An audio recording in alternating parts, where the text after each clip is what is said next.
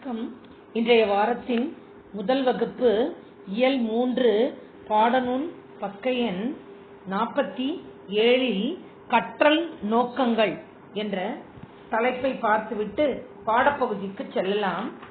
இதில் கலைகளின் இன்றியமையாமை, இருபொருள் தரும் வகையில் அமைந்த பாடலின் நயங்கள், ஒரு சொல் இருபொருள் தருதல், ஓவியக்கலை மேன்மை, அது மனித வாழ்வோடு இணைந்துள்ள நுட்பம், தமிழக சுற்றுலா இடங்கள், அவை வெளிப்படுத்தும் கலை பண்பாடு, தொழிற்பெயரின் வகைகள், இவையே இந்த இயல் 3 அமைந்துள்ள பகுதிகளாகும். இப்பொழுது பாடநூல் பக்க எண் 48 வருவோம். 48 கலைகள் மனிதர்களின் வாழ்வோடு இணைந்தே வளர்ந்திருக்கின்றன. ஒரு கலைஞன் தான் படைக்கும் ஒவ்வொன்றையும் அழகியலோடு படைப்பான். கலைப்படைப்பு அழகியவை மட்டும் வெளிப்படுத்தினால் போராது, அழகையும் கலைப்படைப்பையும். அது மானுடத்தை பேச வேண்டும். அதாவது மானுடத்தில், மானிட ஜென்மங்களில் உள்ள அனைத்து குறிக்கோள்களையும் பற்றி அந்த கலை பேச வேண்டும். இதனை கலைஞர்களிடம் ஒரு வேண்டுகோளாக வைக்கிறார் இப்பாடலின் ஆசிரியர்.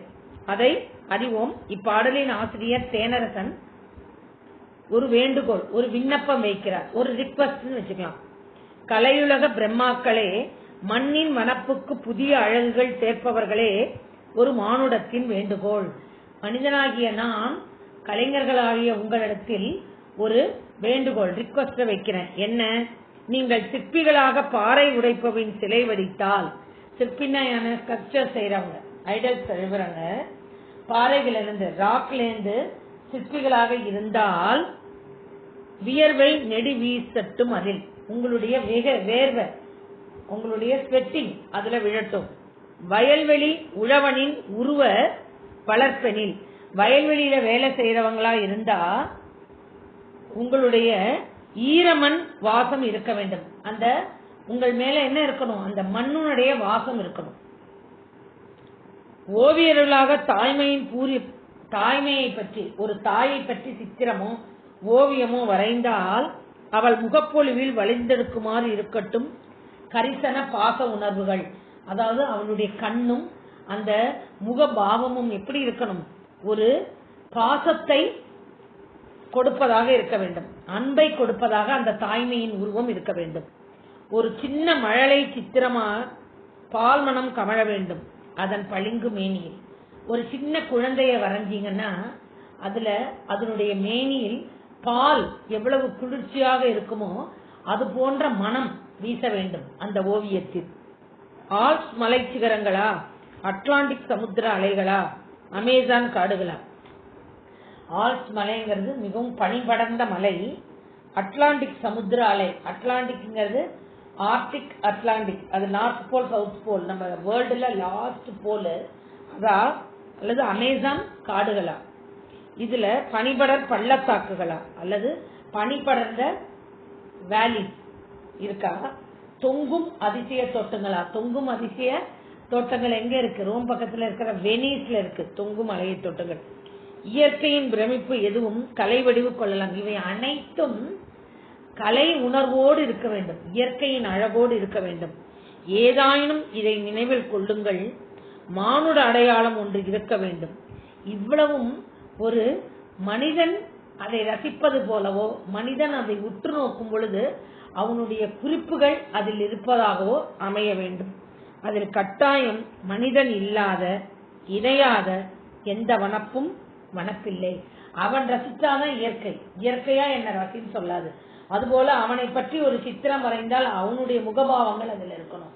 ஒரு தாய்மைனா தாயினுடைய இரக்கம் இருக்கணும், குழந்தைனா குழந்தையோட அழகு, பால்மனம் மாறாத அந்த முகபாவம் இருக்கணும். இயற்கைனா இயற்கையோடு ஒன்றி ரசித்தது இருக்கணும். அப்ப எல்லாமே மனிதன் இணைவதால் தான் அந்த ஓவியமோ அனைத்து கலை உணர்வோ தோன்றுகிறது. அவன் கலவாத எதிலும், மனிதன் எந்த ஒரு ஓவியமோ எந்த ஒரு கலையோ நடனமோ பாட்டோ எந்த ஒன்றுல கலந்தாலுமே அவனுடைய ஈடுபாடு இருந்தால்தான் அது பிரதிபலிக்கும்.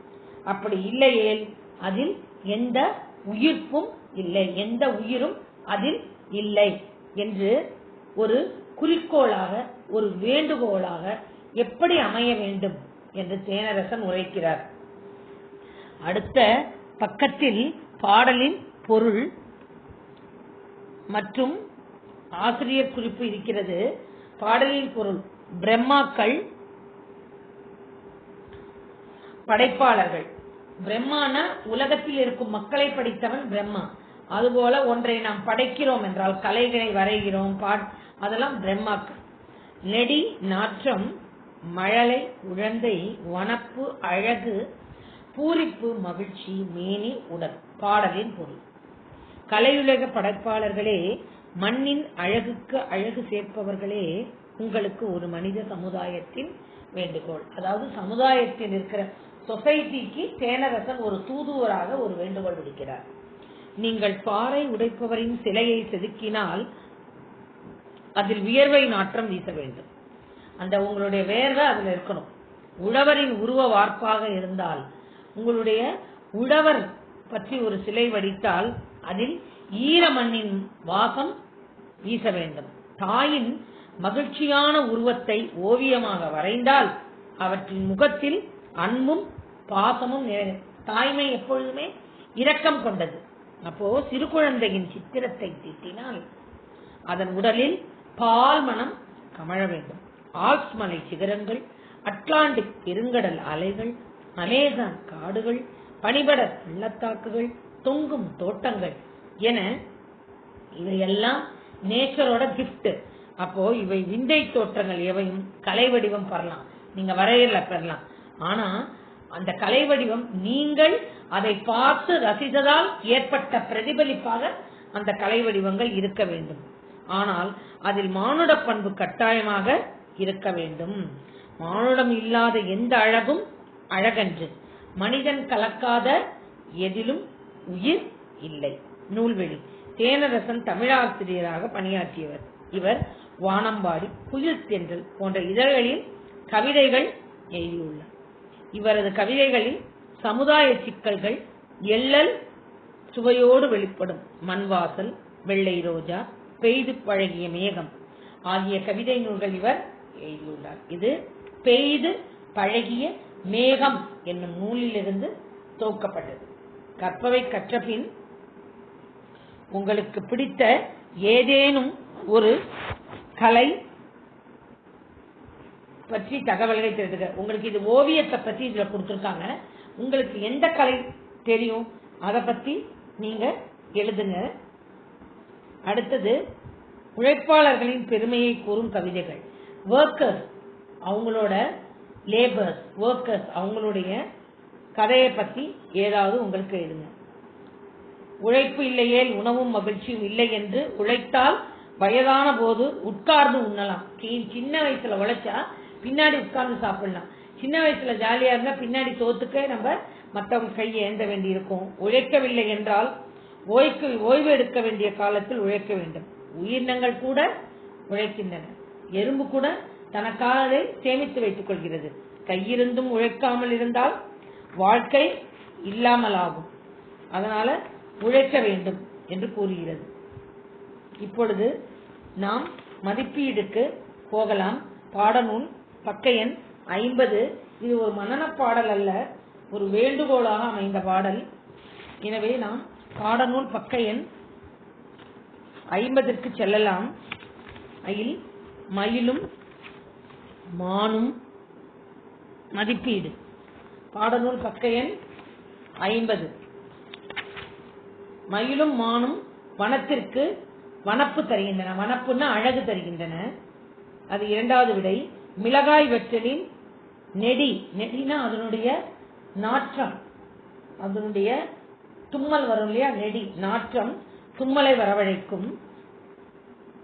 மூன்றாவது, அன்னை தான் பெற்ற மழலை குழந்தையின் சிரிப்பில் மகிழ்ச்சி அடைகிறார். நிச்சயமா குழந்தையை பார்த்து மகிழ்பவள் தாய் ஒன்றே. வனப்பில்லை என்னும் சொல்லை பிரித்து எழுத கிடைப்பது வனப்பு கூட்டல் இல்லை. இரண்டாவது விடை. வார்ப்பு கூட்டல் எனில் வார்ப்பெனில் மூன்றாவது விடை. மீண்டும் உரைக்கிறேன். மயிலும் மானும் வனத்திற்கு வனப்பு தருகின்றன. மிளகாய் வற்றலின் நெடி தும்மலை வரவழைக்கும். அன்னை தான் பெற்ற மழையின் சிரிப்பில் மகிழ்ச்சி அடைகிறார். வனப்பில்லை என்னும் சொல்லை பிரித்து எழுத கிடைப்பது வனப்பு கூட்டல் இல்லை. வார்ப்பு கூட்டல் எனில் என்பதனை சேர்ச்செய்த கிடைக்கும் சொல் வார்ப்பெனில். நயம் அறிக ஓரெழுத்திலோ ஓசையிலோ முடியும் இயைபு சொற்கள். சிகரங்களா அலைகளா, அதாவது ரைமிங் வேர்ட்ஸ், அதான் இயைபு சொல். சிகரங்களா அலைகளா பள்ளத்தாக்குகளா தோட்டங்களா வனப்பில்லை உயிர்ப்பில்லை, சேம் ரைமிங் வேர்ட்ஸ். தாய்மையின் ஓவியத்தில் நிறைந்திருக்க வேண்டியவை என்ன? அன்பும் பாசமும் நிறைந்திருக்க வேண்டும். மீண்டும் உரைக்கிறேன், எழுதிக் கொள்ளுங்கள் அல்லது குறித்துக் கொள்ளுங்கள். பாடநூல் பக்க எண் 49, பத்தி எண் 2, அவரின் முகத்தில் அப்படிங்கறதுல தாயின் எழுதிக்கோ. அவரிங்கிறத அடிச்சிரு. 3வது பத்தியில முதல் வரி தாயின் முகத்தில் அன்பும் பாசமும் நிறைந்திருக்க வேண்டும். அவ்வளவுதான். ஒரு கலை எப்பொழுது உயிர்ப்புடையதாக அமையும்? எப்பொழுது அமையும்?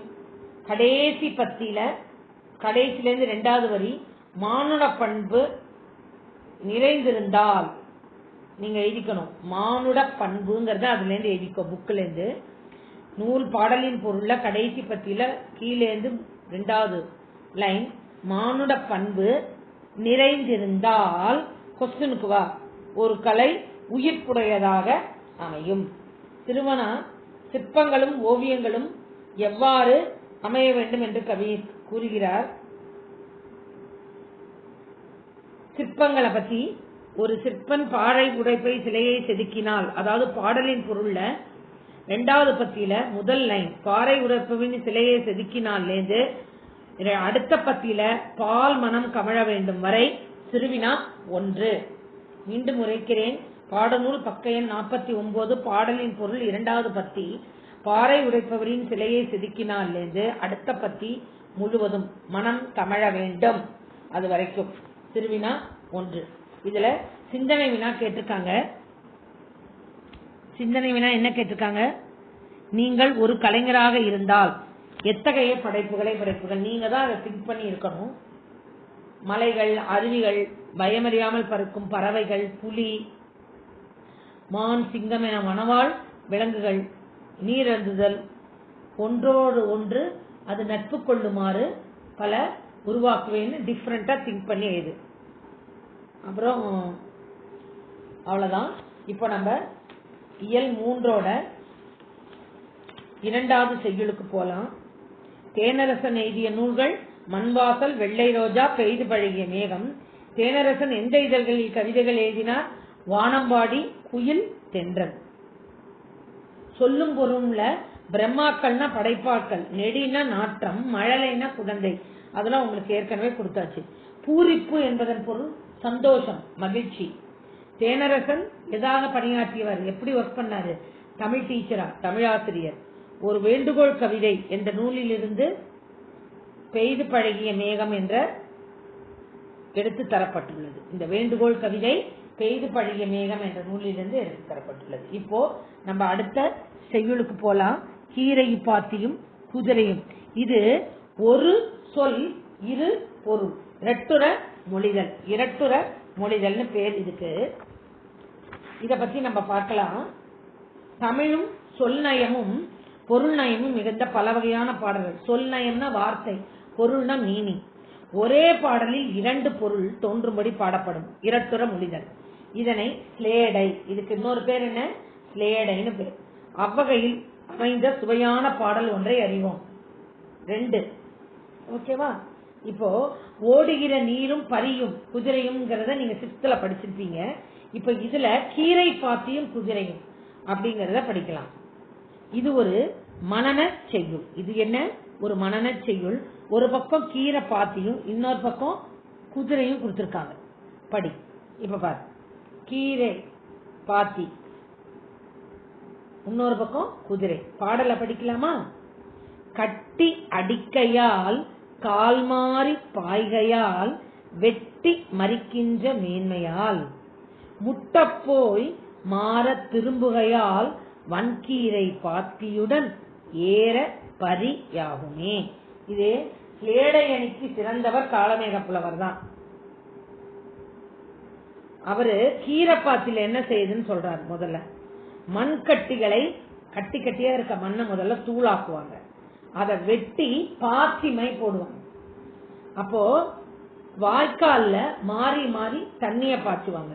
அப்போ அந்த தண்ணி அந்த கீரைப்பாத்தியில கடைசி வரைக்கும் போய் அடிச்சுட்டு திரும்பும். இது கீரைப்பாத்தியோட சுபாவம். குதிரை என்ன பண்ணும்? அத மண்ணை கட்டி அடித்து தூளாக்குறாங்கல்ல, அப்ப குதிரைய வண்டிகளை கட்டி அடித்து ஓட்டுவாங்க. அப்போ மண்ணை வெடுத்து தடுத்து தடுத்து பாத்தி ஆடுறப்போ அது மாதிரி கால் மாறி மாறி மாறி குதிரை போகும் இல்லையா, போகும். அப்போ வாய்க்காலில் மாறி மாறி நீர் பாய்ச்சுவர். அந்த தண்ணி விழுந்தாதானே கீரை வளரும். அதுபோல எதிரிகளை அது பாய்ந்து பாய்ந்து மறித்து தாக்கும். அப்போ என்ன பண்ணும்? அந்த நீர் மடையில் இறுதி வரை சென்று மாறி விட திரும்பும். அப்படியே டக்குன்னு திரும்பும் அந்த போஸ்ட்ல. அதுபோல போக வேண்டிய இடம் முழுவதும் சென்று திரும்பியும் அந்த போர் இதுக்கே திரும்பியும் குதிரை வந்துடும் போர் செஞ்சவன. இதுதான் கீரை பாத்திக்கும் குதிரைக்கும் உள்ள ஒற்றுமையாக பாடுகிறார். கட்டி அடிக்கையால் கால் மாறி பாய்கையால். வண்டிகளை கட்டி அடித்து ஓட்டப்படும் குதிரையானது, குதிரைங்கிறது லாஸ்ட்ல தான் ஏற பரியாகுமேன்னு போட்டுக்கான். பரிங்கிறது குதிரை, இடையினரா பெரியரா பரினா கொய்தல், பழங்களை பரி அப்படின்னு. பாய்கையால் வெட்டி மறிக்கின்ற மேன்மையால். அடுத்துக்குள்ள கீரைக்கு வந்துடுறாரு. கீரையில வெட்டி வெட்டி வெட்டி பாத்தி போடுவாங்க. நடுவுல பாத்தி போட்டு கட்டம் போட்டுதான் கீரை விதைகளை விடுவாங்க. முட்டை போய் மாற திரும்புகையால். அது என்ன ஆகும்? அந்த தண்ணி பாய்ச்சது கடைசி வரைக்கும் போய் திரும்பி அடிச்சு திரும்பும். வன்கீரை பாத்தியுடன், அந்த கீரை பாத்திக்கு திரும்பும் ஏற பரியாகுமே. அதுபோல எம்பி எம்பி பகைவர்களை எடுத்து போரிட்டு விட்டு மீண்டும் வந்த இடத்திற்கே திரும்பிவிடும் குதிரை என்று கீரை பாத்தியையும் குதிரையையும் ஒன்றிணைத்து பாடி பொருளை ஒன்றாகவும் அதன் விதத்தை இரண்டு விதமாகவும் கூறுவதால் இது இரட்டுற மொழிதல் அல்லது ஸ்லேடை என படுகிறது. தேனரசன் இவர் தமிழாசிரியராக பணியாற்றியவர். சாரி, நான் திரும்பியும் முதல் இதுக்கே போயிட்டேன். காளமேகம் 15ஆம் நூற்றாண்டில் வாழ்ந்த தமிழ் புலவர். இயற்பெயர் வரதன். திருவானைக்கா உலா, சரஸ்வதி மாலை, பரபிரம்ம விளக்கம், சித்திரமடல் முதலான நூல்களை இயற்றியுள்ளார். சமண சமயத்திலிருந்து இவர் ஜெயின்லேந்து சைவத்திற்கு வந்திருக்கார். சிவனை போற்றும் அதுக்கு ஸ்லேடை பாடல்களில் பாடுவதில் வள்ளுவர். ரெட்டுற மொழிதல் என்றால் என்ன? ஒரு சொல்லையோ தொடரையோ இரு பொருள்பட கூறுவது ரெட்டுற மொழிதல். இதை ஸ்லேடை என்றும் கூறுவர். இப்போ கீரை பாத்தி கட்டி அடிக்கையால் மண்கட்டிகளை அடித்து தூளாக்குவதால், குதிரையை வண்டியை கட்டி அடித்து ஓட்டுவதால், கால் மாறி பாய்கையால் வாய்க்காலில் மாறி மாறி நீர் பாய்ச்சுவதால், குதிரைக்கு கால் மாறி மாறி பாய்ந்து செல்லுவதால், வெட்டி மறிக்கின்ற மேன்மையால், மண்ணை வெட்டி தடுத்து பாத்திகளாக்கும் தன்மையால், இதிலே எதிரிகளை மறித்து தாக்குகின்ற சிறப்பால், முட்டப்போய் மாற திரும்புகையால், கடைமடையின் மடை தண்ணீர் போகும் வரை இறுதி வரை சென்று திரும்புவதால், செல்ல வேண்டிய இடத்திற்கு சென்று திரும்பி வருவதால். எது? குதிரை. வன்கீரை பாத்தியுடன் வளமான கீரை பாத்தியும் ஏற பரியாகும் ஏறி பயணம் செய்யும் குதிரையும் ஒன்றாக கருதப்படுகிறது. மண்கட்டிகளை அடித்து தூளாக்குவர். வாய்க்காலில் மாறி மாறி நீரை பாய்ச்சுவர். மண்ணை வெட்டி பாத்திகளாக்குவர். கடைமடையின் இறுதி வரை நீரை பாய்ச்சி திருப்புவர். வண்டிகளில் கட்டி அடித்து ஓட்டப்படும் கால் மாறி மாறி பாய்ந்து ஓடுவது குதிரை. எதிரிகளை மறித்து தாக்கும். போக வேண்டிய இடத்திற்கு சென்று திரும்பும். இதை இரண்டையும் ஒன்னா ஆதலால் வளமான கீரை பாத்தியையும் ஏறி பயணம் செய்யும் குதிரையையும் ஒன்றாகும் என்று காளமேகப்புலவர் உரைக்கிறார். இதுதான் பாடலின் பொருள். இப்பொழுது பாடலும் பக்க எண் 52 செல்லுவோம். அதுல உங்களுக்கு காளமேக புலவரின் இயற்பெயர் வரதன். மேகம் மழை போல கவிதைகளை விரைந்து பாடுவதால், காலம் மேகம்னா மேகம் எப்படி விரைந்து போடும் அதுபோல அவர் கவிதைகளை பாடுவதால் இவர் பேரு காளமேகம் என அழைக்கப்பட்டார். திருவானைக்காவுலா, சரஸ்வதி மாலை, பரபிரம்ம விளக்கம், சித்திரமடல் ஆகிய நூல்களை எழுதியுள்ளார். இதுல தனிப்பாடல் திரட்டு என்னும் நூலில் இருந்து இது கொடுக்கப்பட்டுள்ளது. இருபொருள் தரும் சொற்கள் சிலவற்றை எழுதி அவற்றின் இரு பொருள்களையும் எழுதுக. மாலை மலர் மாலை, மாலை ஈவினிங் அந்தி பொழுது. புரிகிறதா? இப்பொழுது ஆழி கடல் மோதிரம், படி மாடிப்படி நூலைப்படி, 6 ஒரு எண், நம்பர் 6 நதி ரிவர், ஈ கொடு ஈ ஒரு பூச்சி, திரை திரைச்சீலை ஸ்கிரீன், திரை அலை இடைநரா, அரி சிங்கம், அரி திருமால் விஷ்ணு, திங்கள் சந்திரன், திங்கள் மாதம், ஞாயிறு சூரியன் கிழமையின் பெயர், மெய் உடல் எழுத்து உண்மை, தை தை மாதம் தைத்தல் ஸ்டிச்சிங் துணி தைத்தல், பனி பனிதம் வேலை, பனிதம்னா பணிதல் ரெஸ்பெக்ட் கொடுக்கிறது, நூல் புத்தகம் புக்கு, இழை புடவையில் அழைக்கும் இலை நூல், நெசவு நூல், பார் உலகம் பார்த்தல் சி SEE, செய் வயல் வயலில் செயலில் ஈடுபடு செய் ஆர்டர் செய், மதி நிலவு மூன் அல்லது மதி மூளை அறிவு, முயல் முயல்னா ஒரு ராபிட் அல்லது முயல் முயற்சி செய், கற்க முயல் அப்படின்னா கல்வி கற்க முயற்சி செய்யணும் அர்த்தம். இது போல பல இது இருக்கு. ஒரே பாடலில் 2 பொருள் தொடுவது ரெட்டுற மொழிதல். ரெட்டுற முதல்ல என்னமா சொல்லுவாங்க? கிளேடைன்னு சொல்லுவாங்க. பரி என்பதன் பொருள் என்ன? குதிரை. வன்கீரை என்பது வளமான கீரை, இப்படிதான் விளையும். நீரை பாய்ச்சி பாத்திகளை கட்டி. காலமேக புகழவின் இயற்பெயர் பரதன். கீரை பாத்தியும் குதிரையும் ஒரு தனிப்பாடல் திரட்டு என்ற நூலில் இடம்பெற்றுள்ளன. இப்போ கீரை பாத்தியும் குதிரையும் எக்காரணங்களால் ஒத்திருக்கின்றன. மண்கட்டிகள் தூளாக்கப்படுவது கீரை பாத்தி, வண்டியில் கட்டி அடித்து ஓடப்படுவது குதிரை. மண்ணை வெட்டி தடுத்து பாத்தியாக்குவது கீரை பாத்தி, எதிரிகளை மறித்து தாக்குவது குதிரை. வாய்க்காலில் மாறி மாறி நீர் பாய்ச்சுவது கீரை பாத்தி, கால் மாறி மாறி பாய்ந்து செல்வது குதிரை. நீர் கடைமடையின் இறுதி வரை பாய்ந்து மடை மாற்றி வீடு திரும்புவது கீரை பாத்தியில் விடப்படும் நீர் செல்ல வேண்டிய இடங்களுக்கு சென்று மீண்டு திரும்பி வருவது குதிரை. இக்காரணங்களால் கீரை பாத்தியும் ஏறி பயணம் செய்யும் குதிரையும் ஒன்றுபடுகின்றன.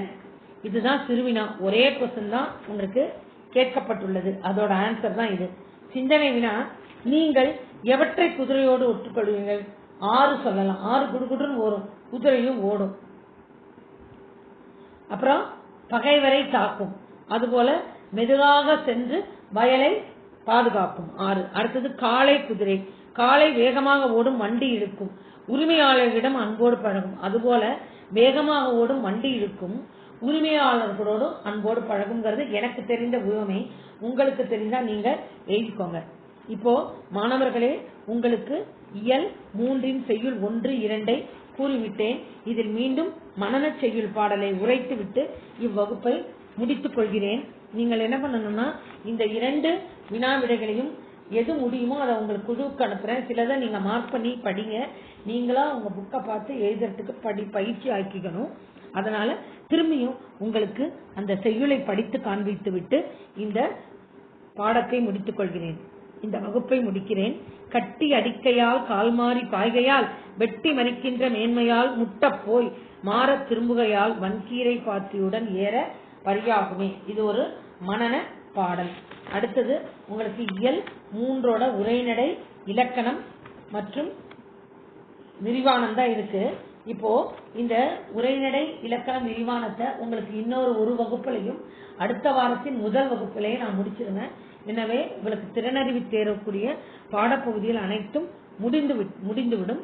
கொஞ்சம் உங்களுடைய வீடியோ கொஞ்சம் லென்த்தா இருக்கும், அதனால முழுவதும் கேட்டு பயன்பெறுமாறு கேட்டுக்கொண்டு இந்த வகுப்பை இத்துடன் முடிக்கிறேன். மீண்டும் உரைக்கிறேன். வகுப்பு 8 நான் அனுப்புற கொஸ்டின் ஆன்சர்ஸ் எழுதுங்க. சிலது நான் சொன்னதை நீங்க மார்க் பண்ணிட்டீங்கன்னா எழுத ஆரம்பிங்க. நான் அனுப்புற வரைக்கும் வெயிட் பண்ணாதீங்க. மனன பாடலை நன்று படிக்குமாறு கேட்டுக்கொள்கிறேன். நன்றி, வணக்கம்.